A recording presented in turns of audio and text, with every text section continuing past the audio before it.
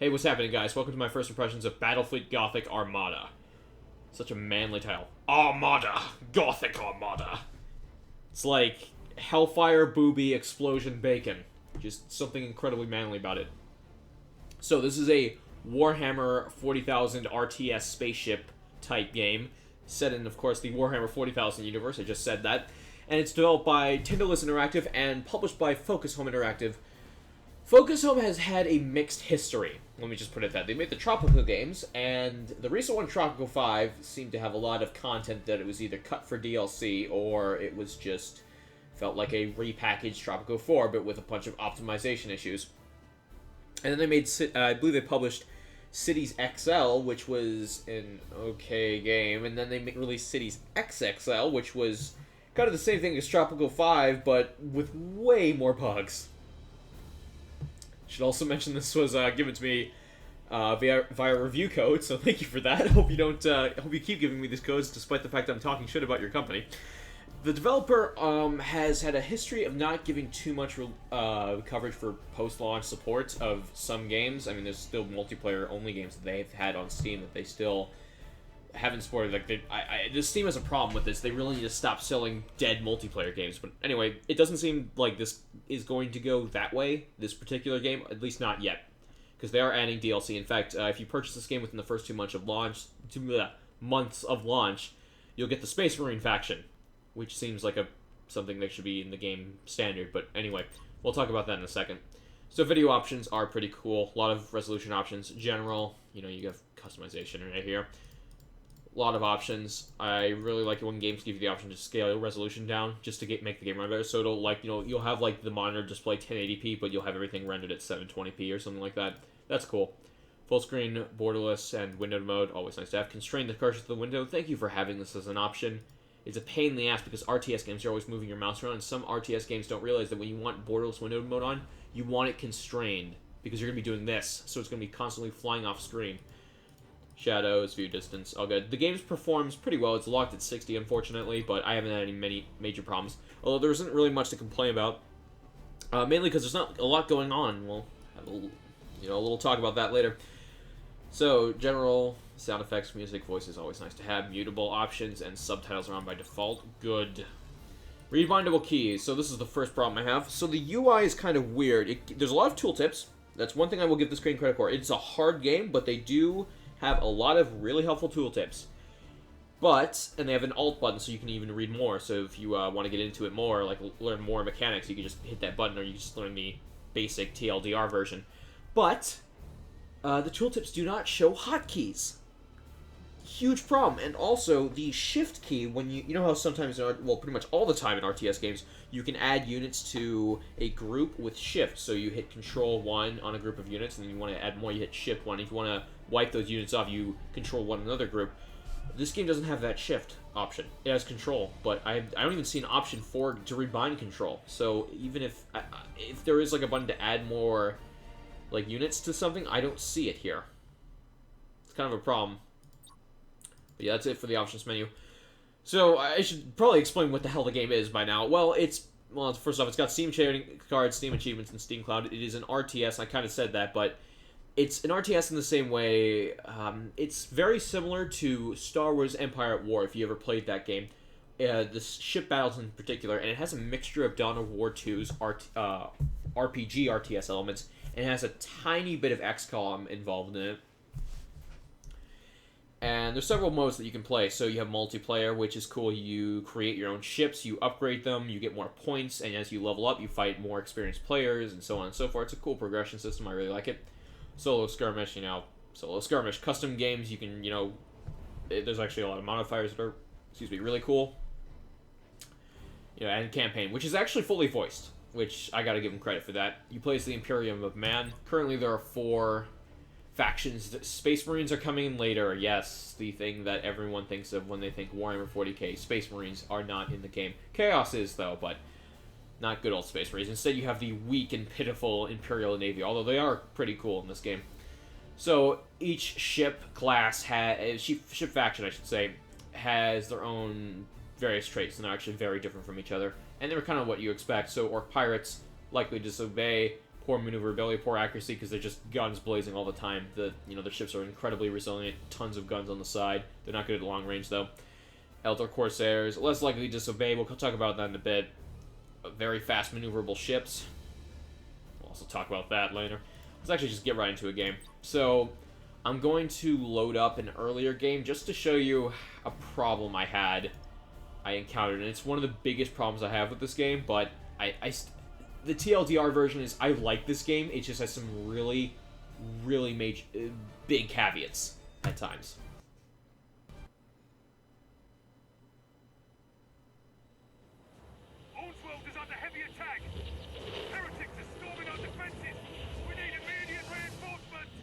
Cutscenes are presented pretty nicely. Spire. Yes, Inquisitor.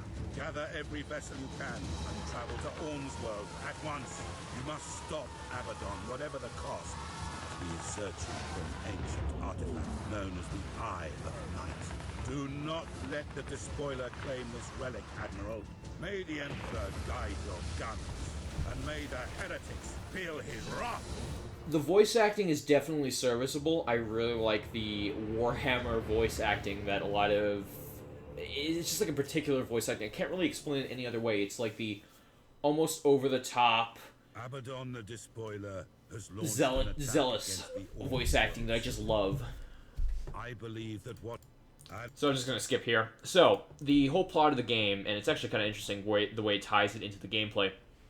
So you are Admiral Spire, you have your own navy, and you're stopping the chaos because they are doing chaotic things, and more specifically, they're actually trying to find 2 relics, and you don't know what specifically they're going to use them for. And what's interesting that I really like about this game is that a lot of the story missions, you can fail them, and the game will keep progressing. So what happens later is that if you can actually lose one of the artifacts, but you can actually lose both. I've only lost one, and I got the other. And later on, something happens, and I won't spoil it, but something major happens, and since I held on to one of the artifacts, I didn't get a bunch of conditions where it was like a bunch of conditions hit me where I got like a bunch of debuffs, but because they got an artifact, I got a bunch of other debuffs. So it was interesting. I really like that system. Although I can see someone like new playing this game getting screwed later on. You don't get screwed too bad, but it can suck, especially if you're, I hope this is not going to be your first RTS game, because, man, this is a really, really tough game. And sometimes unfair, and we'll talk about that in a second when I get to this mission. So, this is your world map. You have several worlds that you can travel to. Right now, we're on the story part. And, as you saw from the cutscene, this world is currently being invaded by Chaos forces. The story itself, while serviceable, I did say... If you want a good story from Warhammer, you're better off reading the books. Like, the games they're good, but they're nothing, like, amazing. But they are pretty good. Let's actually go to the Port Moss Station. Now, the meat of the game is basically in the ship combat, and you're going to be doing some time upgrading them. So, we got some cruisers. You get larger ships later on. So, this is my ship. There are many like it, but it is mine. This is a cruiser, the Dictator, the Crown of Moranus, and you can even rename it if you want. Each ship has a certain amount of points that it takes up, so you have like a threshold, like reinforcements, or I'm trying to find the right word for it in the game term, but basically you have like 600 points, and then you subtract it for each ship that you use, depending on how many points they have. So light cruisers are less. Escort ships, these, you don't have to worry about getting destroyed. They're like replaceable, like immediately. Look at that ship porn. Yeah, look at it. Look at it. Actually, looks really nice. It's done on the Unreal 4 engine, I believe, so lighting's a little bit nicer. It's like, yeah. Pretty good production values for $40, although, yeah, see, like, there's a lot of effort in here. It's just that the main battles, they don't have a lot going on for them. There's some nice skyboxes, but nothing near the detail. I mean, if you need to get one thing right in the graphics department in a Warhammer game, you have to get model quality right. That is essential. Anyway, enough about like just jerking off over these ships. So you have upgrades and you have perks and all kinds of things. So you can get abilities, you can get little bonuses like generators like asteroid damage to the ship is negated. The combat in this game is really interesting. We'll get to that in a bit. Crew is also vital, so you can upgrade these guys. Each ship has their own set of crew, at least the big ships. Some of these guys, you can't upgrade them. So, something like Navigator. So, a ship retreating through the warp has a 45% chance to be lost in the warp. So, when you can retreat your battles, and similar to Empire at War, when you retreat, you can, like, still have your ships. So, you don't, like, let's say a ship's about to blow up. You can warp out, but you could lose that ship temporarily, of course.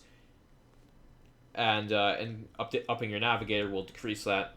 You also have, like, Master Gunner, which is what you'd expect. Commissar. Mutiny is another thing. Insubordination, sometimes like your ships will like be at low health, but you don't want them to warp out, and they'll do it anyway. And what you do is you can kill the captain, although sometimes it's bugged out and I wouldn't be able to do it, but you can kill the captain of the ship and make him still fight, but they get a debuff, because, you know, you just killed their captain. I mean, I think the crew would be a little restless. Let's just get right into it. I'm 11 minutes in, still haven't even shown you anything. Awesome. 10 out of 10. Best review ever. Except it's the first impressions. I've played about 7 hours of this game. I have a save a little bit later. Alright, let's get into it. So we're going to be fighting the forces of chaos, the evil hereticals. So, the Eye of Night. We're going to be the attackers. And it's going to be one. Basically, it's weird. Like, so there's a lot of objectives in this game, which I can appreciate. Like, I appreciate that a lot. It's not just ship battles, but sometimes these objectives in the story mode are infuriating, and we'll get into that right now. So, I'm using 2 light cruisers and 2 small escort ships. So here's the problem. This mission relies on you hitting these checkpoints, these little areas, and that let you bomb the planet. You have to be at these very specific ones. Now, your escort ships are fast, but they don't activate these things. You have to use your light cruisers or something heavier, if you have it. The problem is that these things are also on a timer right now. So these are going to pop in 1 minute and 52 seconds. The next one is, but we don't know where it's going to pop. And all I know is that I'll have about less than a minute, or less than 2 minutes to get it. And let me tell you, all credit to the AI in this game. The enemy AI, yours is garbage, but the enemy AI is so vicious. And it can be a real problem when you're dealing with, like right now, I have to deal with 2 teams of AI because I have my own allies. Your allies you have no commands for your allies. You cannot tell them to do anything. They might as well just be like a neutral faction that just can't shoot you. They just do their own thing. Sometimes they even run through asteroid fields. By the way, these are various hazards in the game. You notice there's not a lot going on in the map. You know, nice skyboxes, but nothing too big going on here. These are like nebulas, like pretty much very similar to Empire War, actually. Like, shockingly so. Disney, sue someone. But anyway. What was I talking about? Yeah, so these you can use to hide your ships, asteroid damage your ship, and living life dangerously here. Oh, look at this. Is he going to maneuver out? Nope, I think he's just going to let that hit him. Awesome. So when that ring hits out, he's going to... Are you going to boost out? Probably could have done it. And now he's slowed down. Awesome. That means that him spreading out is going to be harder. You see what I mean? And that's just like the best case scenario. Oh, look, there's a disruption bomb. That'll destroy his shields. Up. Your friendly AI is stupid. You can't tell them to do anything, and because you're with your friendly AI, you have to fight a double team. So you're going to be doing most of the work fighting 2 waves of ships. And on this map, it's incredibly frustrating because I'm not even paying attention right now. Because I'm actually flying into some place I shouldn't be. Because well, now it makes me look like a liar. Thanks, guys. But it's just a serious problem because you notice those things that stop those ships, right? Well, they do that to me, and it's actually sometimes very hard to maneuver if you're on full speed because you're trying to catch up to these points. Like, look how long that you have for that, and look how long it takes these ships. Like, I can boost right here. This is one of the main mechanics of the game. Probably should start talking about that instead of rambling on the AI. So, there is a lot of, what'd you call it, like maneuver, angle-based combat? I don't know how to describe it. So, you have a lot of ship maneuvers right here. So this is the bar allowing you to do that. And anytime in the game, you can hit space, and you can just pause. So, what you can do is, like, let's say I wanted to avoid this attack, which he's about to do right here. I can do this. So I can have him do an immediate rotate. So now he's rotating a lot faster than he would. I don't think I'm going to make it, though. And then what I can also do is I can boost out. I think I can make it. Probably not. Yeah, I think I can. Then I avoided it, but I'm gonna have to go in there anyway. But that's one of the main things, and you're gonna have to deal with things like projectile-based weapons, like missiles and stuff like that. Like some of this stuff, like you can't really avoid. Like it's homing, it's very hard to. But like something like this, like I'm about to fire like these missiles, those you can avoid. As I almost hit my own ship, and you can do that actually. You can actually damage your own ally ships, which sucks.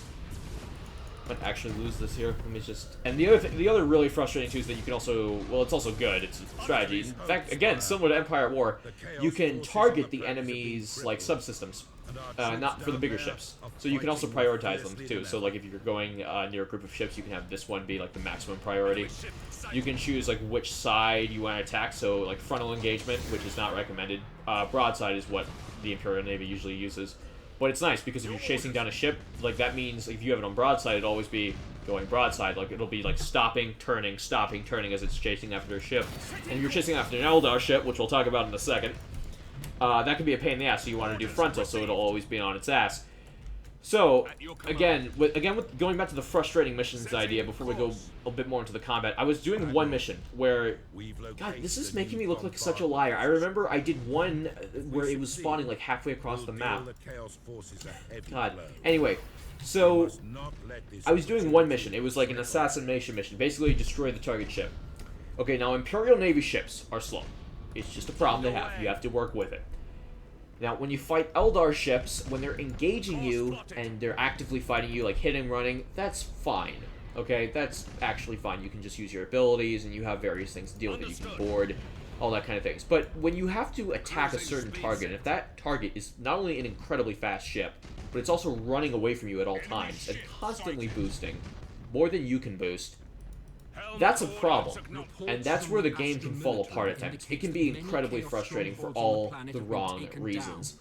I understand hard games. I play a lot of hard games. I play Dark Souls. I've played my own fair share of hard strategy games, like Warcraft 3 on the harder difficulties, like the old school RTS games like Age of Empires. I played Skulls of the Shogun start to finish. A hard game, but I loved it. But there has to be a reason, like there's a reason, like, why you lost. Like, it's like, oh yeah, I lost because I need to get good. Like, if you do that, your game has succeeded. But if it's, that was bullshit, I couldn't do anything about that, then you have a real serious problem. Because tons of people are going to be playing that, and when you have an already tough game, that can really break it for some people. Like, they're already really sick of losing. They're like, yeah, I need to get good. And then they get to one level that's completely bullshit, and then it just colors their entire experience of most of the game whenever they think back on it. It's a huge problem. So anyway, so as I mentioned, you can do boarding, things like that, boarding actions. So what you can also do is you can send troops to another ship and have them attack, and like there's values based on, your troop count value, which is interesting. There's a lot of RPG mechanics in this game. There's also, I swear to God, this game is trolling me right now. I swear it wasn't like this before, but anyway, maybe I was just playing it wrong. So you also have like rules for engagement. So for an Eldar ship, you might want to be at close range, constantly getting up to them because they'll be boosting away, right? And then so you can board them. So you like set 3 kilometers over here, set like a certain side you want to focus on, and then have boarding action. This is all like you can have this be automated, and like you can just do boarding actions. Now, however, for orc ships, you might want to be careful with that because again, like I mentioned earlier, high hulls and extremely powerful short-range weapons. So you'll want to be on 12 kilometers or 12,000 units or whatever. See, these guys slow you the hell down, and when you're like slightly farther away, it's like the most frustrating thing ever. Excellent. The last chaos position has been whatever. Screw this game. Oh my God.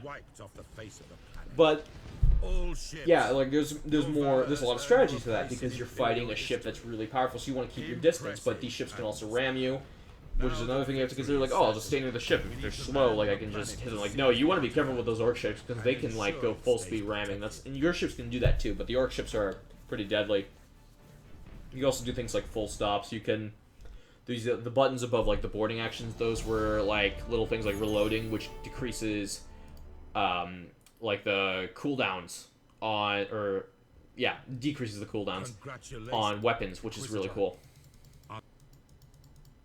See, we haven't even recovered the artifact. We have to escort another ship, which through an asteroid field, which, Let's just go to my recent save. Let's do a quick game. Right here. Turn 11. Yeah, I have not gotten very far because I've been doing a lot of save scumming. There is an Iron Man mode to prevent you from doing that, but I cannot help doing it. It's... Also, welcome to the Warp of Chaos. Yes, there's a lot of that. Do you call it the Warp of Chaos? The Chaos Warp? The Storm of Chaos? I don't know. I'm not too familiar with Warhammer 40,000 lore. There's some really good books that I've always wanted to read. I've mainly been playing the games. Let's play against some orcs, shall we? Show you the mechanics, and watch me get completely destroyed. I'm pretty terrible at this game, and I will admit that. And I will say that, for the most part, to the game's credit, it is my fault. Solar Eruption. A dangerous solar eruption that erodes the hulls of any ship not protected by shields. Ships without shields. Yeah. So that's another mechanic. There's some, like, environmental hazards, which is cool. So you get renown points, which is the currency used to, you know, buy ships, repair ships, and all that kind of junk. Let's get battle cruisers, light cruiser. So this is like the later on ships in the game. You can get battleships too. Or did I already select that? No, I didn't. Yeah, I don't have that yet. Battle cruiser, one cruiser. We're fighting orcs, right? Escort ships can get destroyed really quickly fighting orcs. It's kind of sad. And we'll get a firestorm frigate, which is pretty good on the damage. It's pretty strong. So each has a point value. Some are like a little bit better than the others. And you know, there are the RPG elements, of course. Look at that ship point. Look at it. Firemen's actually look a lot better with this chaos thing going on. Or maybe that's the firestorm. I could not tell you. Looks like the firestorm thing. So, defend the platforms and repel the enemy. So yeah, there are a lot of cool little options for playing the game. It spices up. I really like that over playing like a million frickin' just like kill everything in sight. Although there are like rules for that. There are like escort missions, but at least you do control the ship. But also on the other hand, yeah, this is the right way. On the other hand, there are times where like you have to do the campaign mode and you're defending a ship that doesn't move and it has no shields. And that was the first time I lost the artifact. I was really frustrated with that level. This is a gem of a game that's incredibly flawed. I feel like there is so much good here, and yet at every turn this game tries to piss me off. And I'm like, no, I'm not having that. You're a good game. You're better than that. Did I spawn my units at the right place? I feel like I didn't. Like, because I think this is where they spawned. My god. Why was like there were arrows pointing forward? Awaiting orders. Defend the platforms, can't lose them until we kill the other ships. I do like the variety. And I was going to say, I think that this game feels like Dark Souls 1 to me, whereby I really like Dark Souls 1. It's like one of my favorite games of all time. I just played it recently. In fact, I'll have my video on Dark Souls 3 soon. Very soon, actually, because I just did the recording for it, and then I realized, like, it's kind of shitty, but I figured out, like, how I can fix it, so, you know, that's good. But Dark Souls 1, to me, is, like, what I consider a flawed masterpiece. Like, there's so many problems I have with that game, especially in the latter half, but it's so good. Like, I have almost 100 hours in that game. And I can see myself putting a lot of hours. Maybe not nearly as many, obviously, but for $40, it's quite a good value. It's got a lot of multiplayer content going on for it. Like, multiplayer and single player. The story is intriguing, and the custom games will help it along. Although I've heard some things like you can't invite friends to play it with you, or something like that. Someone please correct me if I'm wrong, but that's just what I heard. I don't have any friends, so I can't play this game online too much. Particle effects in this game are really nice. It's fucking ramming me, stupid. Oh god, I don't mean to do that. These damn orcs, they're ramming shit. Oh my god. Try to board. Enemy ship sighted. Let's see if we can just repositioning them and rotating them. You can also see that arrow there, so you can have them move, go out and then do that. Like, that's cool. I like it when RTS games have that, especially when you're relying on very precise positioning. Oh god, maybe I shouldn't have moved.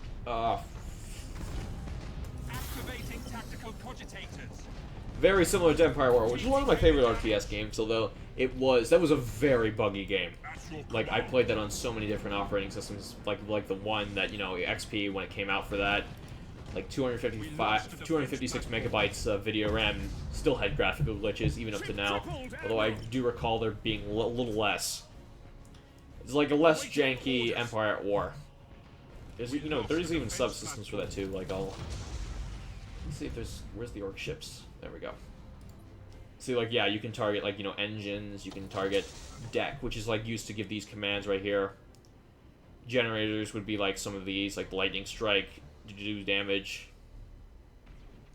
Weapons would be, like, torpedoes and stuff. You can even repair your ships, which will put out fires. That's another mechanic. There's, like, so much depth to this game, and I really appreciate that. But the best thing about this game, what makes it great, like, any game can have a ton of depth, right? But it's the way they teach it to the player is the most important thing.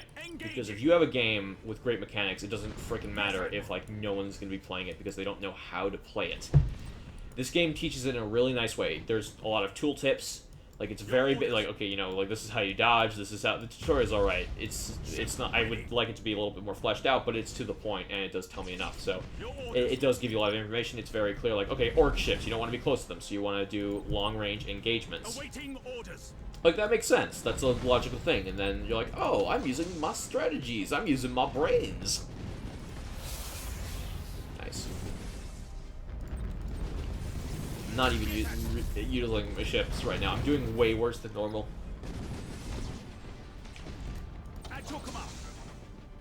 But yeah, I think this game does teach a player really well. I don't recommend it for your first RTS, but it is a ton of fun. And I'm having a blast with it when it's not pissing me off. When it's not pissing me off, it's like one of the greatest games ever. It's a great value for 40 bucks. You get single and multiplayer with fully voiced campaigns.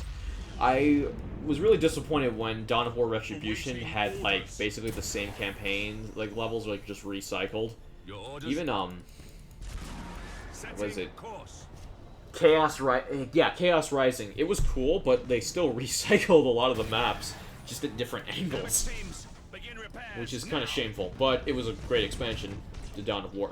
Oh my god, look at that hitbox. Oh, I just missed it. Beautiful. Understood.